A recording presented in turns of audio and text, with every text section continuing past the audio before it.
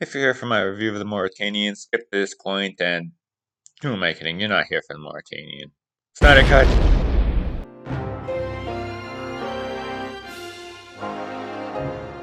Tom and Jerry, Zack Snyder's Justice League, also known as the Snyder Cut, is now streaming on HBO Max. Now, I figure that if you're watching this right now, you probably know what it is, but I'll explain it anyway. More work for me. Yay. Anyway, so Zack Snyder was set to direct 2017's Justice League as the end of his trilogy started by Man of Steel and Batman v Superman. However, with the critical and box office disappointment of the latter movie, Warner Brothers urged him to make changes to his vision and hired Joss Whedon to do rewrites. Later, Snyder dropped out of filming due to a family tragedy, and Whedon was hired as the director, and he ended up changing the whole thing, evidently even more than we thought. And rumors have spread that Snyder had shot enough of his version to put together most of the actual movie. And in the years since, fans of the first two of Snyder's DC films have been clamoring for it. Then eventually the cast did. And the director, but it was still mostly thought to be a lost cause. Spoiler alert, it wasn't. I should probably start off by talking about my feelings about the other related movies first. First off, Man of Steel. I did enjoy it. I'm not sure whether or not Superman should have been this dark and serious, but either way, the execution was still really good. Batman v Superman. I haven't seen the Ultimate Cut yet. I was thinking of doing it last weekend so that I could be more informed for this video, but I never got around to it. I had mixed feelings about that one. In my Shazam review, I implied that I wasn't a fan, but I'm really not completely sure. I've been kind of back and forth with it, and I haven't watched it since it came out, so I can't really tell. And finally, the theatrical cut. I think I thought it was okay when I saw it, but as time went on, I realized maybe not so much, particularly when combined with those other two movies. Anyway, now on to my thoughts on the Snyder Cut. So yeah, this is a definite improvement over the theatrical cut. Granted, I don't remember as much of the theatrical version as I'd like, but from what I remember, this version gets rid of all the worst scenes while keeping some of the better ones. It's a 4-hour-long R-rated epic presented in a more narrow aspect ratio due to being shot for IMAX, with title cards dividing it into 6 parts and an epilogue. An artistic choice that almost gives it a sort of art film vibe. I'm not saying this is an art film, I'm simply making a comparison and saying that it gives it a unique feel. He's given the story a sort of mythical feel, like we're not just watching a bunch of guys in tights hitting people, but a story of ancient gods. A feeling I don't think I've ever had watching a superhero movie before. It really benefits from Zack Snyder's excellent eye for cinematography.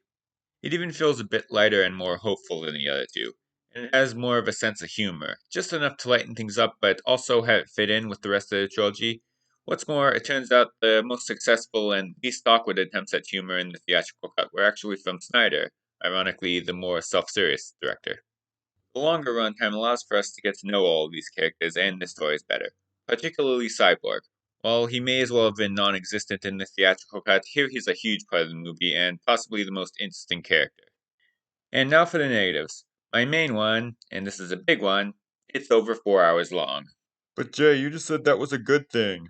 While it definitely benefited from being longer, there's got to be a limit somewhere. This movie does tend to drag in many parts, and overall might be a bit much to take in. A couple years ago, I complained that 3.5 hours was too much for The Irishman, so of course I think that 4 hours and 2 minutes is too much for a Justice League movie. The worst case was in the epilogue, which goes on for about 20 minutes and seems to just keep piling stuff on while the plot is already done. Avengers Endgame was 3 hours long, and that gave it enough time to show its very complicated plot without feeling rushed. I feel like that could have also been a good time frame for this movie to do its thing.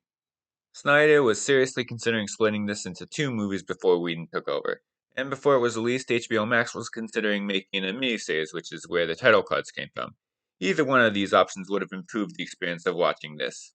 But other than that, this is still 4 hours of Snyder at his best. And regardless of what you feel about this movie, it should be celebrated for the fact that an auteur was finally able to put out his unconventional vision. Something that I hope has an effect on Hollywood in the future. Whether you love it or hate it, this is Zack Snyder's unfiltered vision, and the conclusion of a saga that will be remembered, for better or worse, as an ambitious superhero trilogy unlike any other at the time.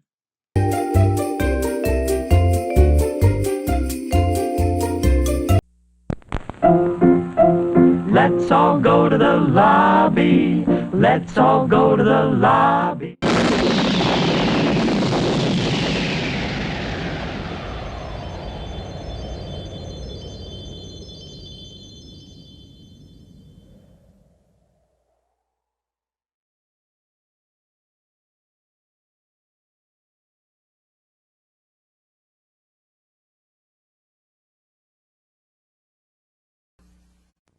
And now, our feature presentation. Well, that was a long one by my standards.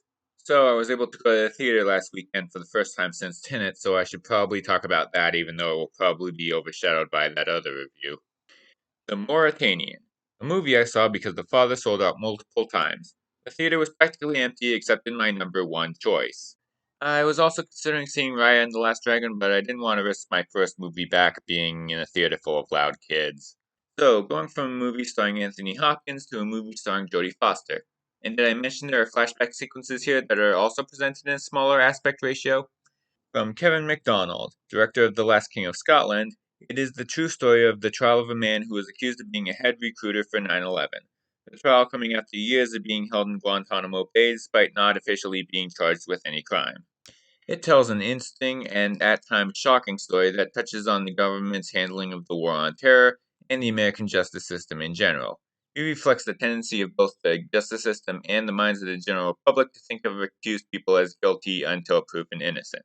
And while most of it is a court drama, there is an intense sequence halfway through about the forms of torture the Guantanamo guards subjected the suspect to that almost has a psychological horror feel to it, and it has a great cast that features Benedict Cumberbatch, Shailene Woodley, and of course Jodie Foster, who won a Golden Globe for her performance as the suspect's lawyer. While it doesn't exactly reinvent the legal drama genre, this is still a very entertaining and well acted example that forces you to question authority.